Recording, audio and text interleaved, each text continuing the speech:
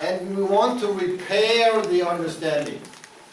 We want to make sense, or give a better sense making. And in reframe, we have something which is bad, or which is not as good, and we transfer it into something nice or good. So the classical form of reframes is we have the content reframe and we have the context reframe.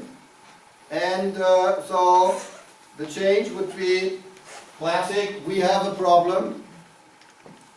And if you want to do a content reframe, you say, okay, this is, in fact, we don't have a problem, we have an opportunity, yes, or we have a challenge. So it's not used, we have a problem, we have a challenge. So the negative thing of the problem becomes the challenge. So you find another word. Or, let's have a context reframe. Oh, someone says, I'm so nervous. And then you say, okay, this is good, so you will not fall asleep. Huh? Being nervous keeps you awake. No? This is a context reframe. That means in a situation where you normally would fall asleep, you find something positive, staying awake, and this is so nice, and this is good, this is useful. Context reframe. So if you want to be better in context and content reframe, and also some people have trouble making a distinction between those two, I can give you some advice. First, I have a couple of sentences here. Joe is aggressive. This car is very small. That group is crazy. The other group. I'm so slow. So these are things where people have some kind of problems, which is somehow negative, which is somehow bad, which is not as good. You complain. So I give you a little task, because it's also a little workshop, not just a presentation. I want everybody to find, let's say, between 3 and 5 other sentences, and you can write them down in Slovenian if you want, where something is not good. Where something is something like that. It could be a thing, it could be people, it could be yourself, it could be someone else. Where something is not good, write 3 things or 3 to 5 things down. Take a piece of paper, 3 to 5 things, write them down. Right now.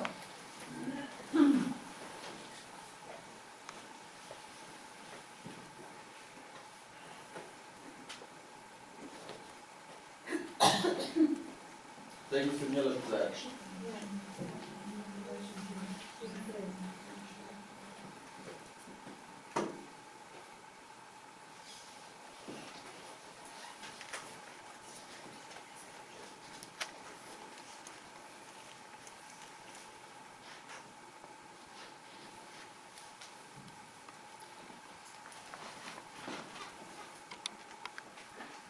If you're not ambitious, just take 3. If you're ambitious, 6. If you think you're the best, you have 7.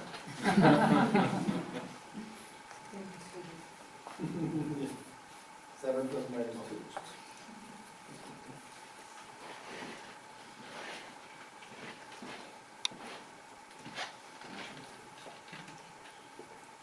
Okay, everybody got 3? Okay, someone is missing? Only have 2? Okay, so we will play with these sentences also, not just with the English ones, but some of the ones you wrote down.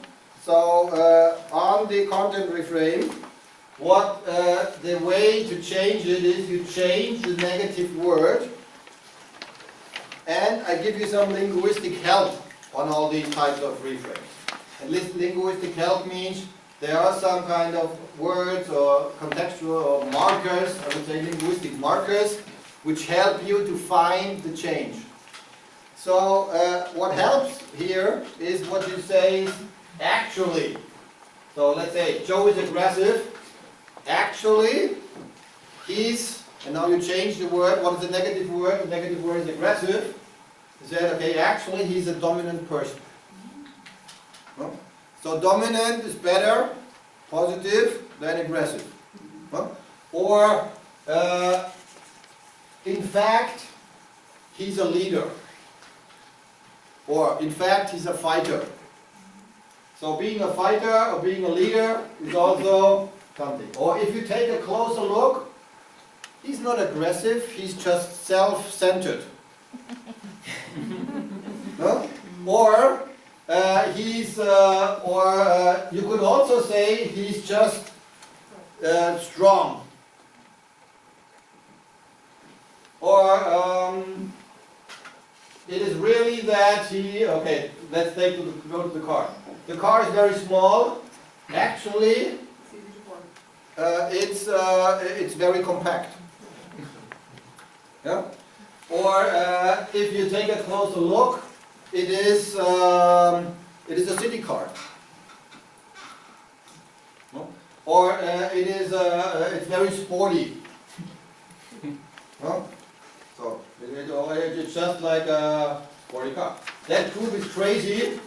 You could also say they are creative. No? Or it is really that they are unusual. So you replace the word with something positive. Okay. First exercise, take a neighbor. You got 3 sentences. Tell them what it is, and the other person needs to make it good. So change it from bad to good. Actually, you need to say that I can see. Just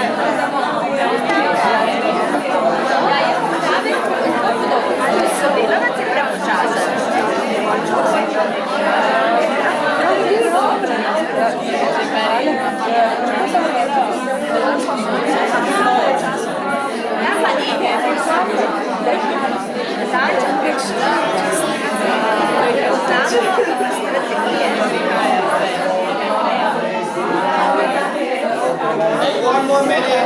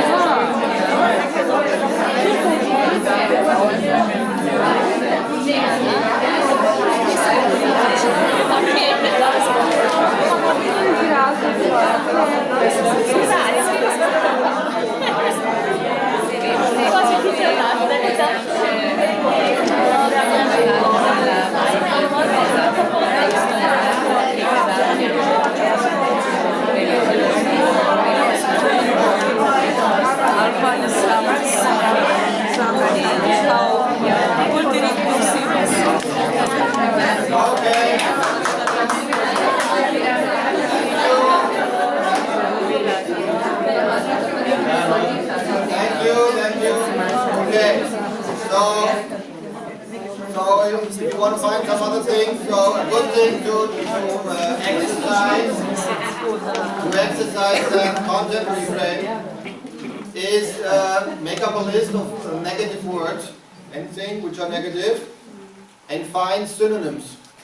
Find other synonym words Sometimes like the tourism industry, they know if there's a hotel, they say this is very easy to get to. Yeah? That means it's right at the big street. Yeah? Or another hotel, they call it the boutique hotel. Yeah? That means it's very small rooms. Or it's like a family type of living. Yeah, it's very rustical. It means it's okay. It's old. And so they know how to reframe, how to make things which could be bad look good. This is like content reframe. So what the reframe does is it renames, which means you give it a different name. Before it was aggressive, now it is dominant. Before it was small, now it is compact. Before it was crazy, now it is creative. You rename it. That's how you create the content. You say actually it's something else. Okay, so this is the content reframe which we use in NLP for a long time. Now let's go to the context reframe. The context reframe is, you can use the same sentences, the same words. It's now we change the situation, the place, or it's called context, the context. That means Joe stays aggressive. He's still aggressive. So now it's not he's dominant, he's aggressive. So it is still the negative word. You don't change it. But you find a situation, you find a place, you find some context where aggressiveness is useful. So this is good in sports. This is good in sports. So the linguistic marker, the linguistic help here is great. This is useful if you are in competitive sports. Great. This is good if you are being attacked by someone. This is good if you are in a dangerous neighborhood. This is good if you are perfect for a bodyguard. Or perfect for someone who's protecting other people. So there are jobs, there are situations, there are places where aggressiveness is great. This car is very small. This is good if you don't have enough parking. Yeah? This is good if you don't have a big garage.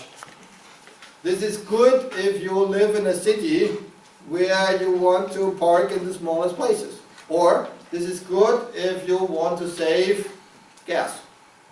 A big car, lots of gas, small car. Or it's good if you want to have money for other things. Big car, expensive. Small car, not so expensive. That group is crazy. This is good if we want to be the better group. Or this is good if we need to let some people go, or some people could not be invited. Yeah, it's just us. And so if we don't have enough food, having a crazy group which we can send somewhere else is good.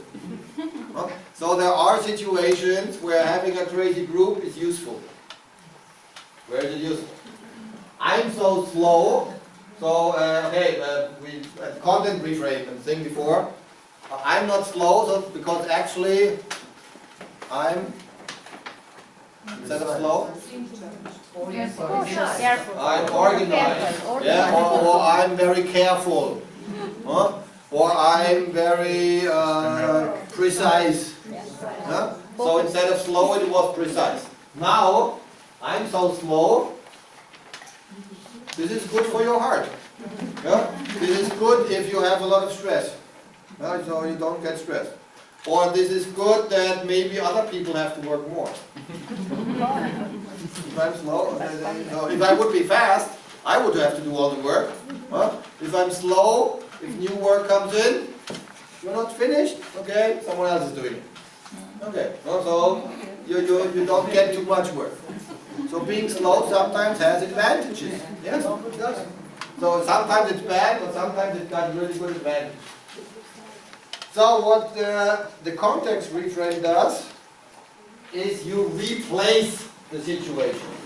So you find a place, another context where this is useful.